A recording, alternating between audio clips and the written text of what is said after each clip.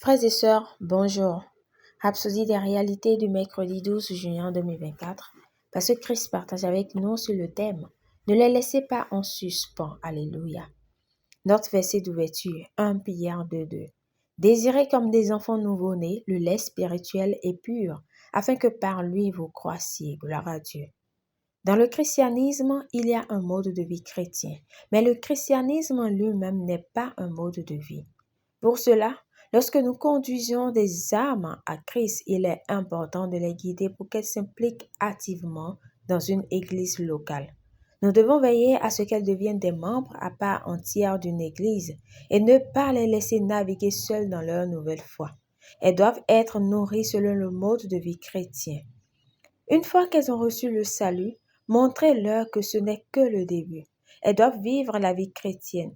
Et la seule façon pour elles d'apprendre et de grandir comme il se doit, c'est d'apprendre la parole de Dieu.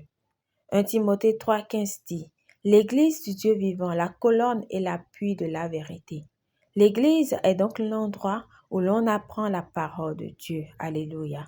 Cela nous rappelle ce que l'apôtre Pierre a dit dans 1 Pierre 2:2.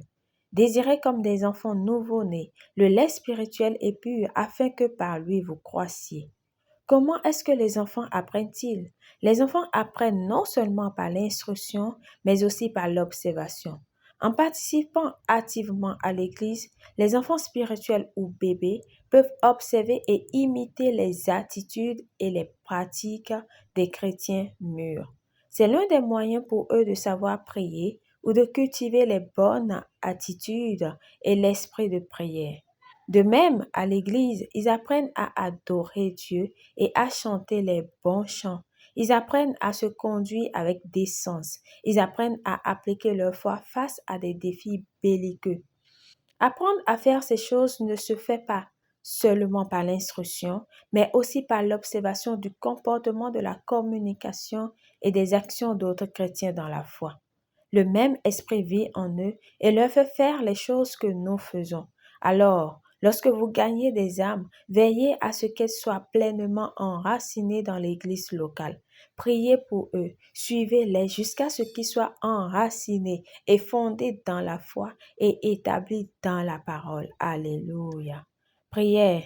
Cher Père, je prie pour les nouveaux convertis du monde entier aujourd'hui, afin que Christ soit formé dans leur cœur.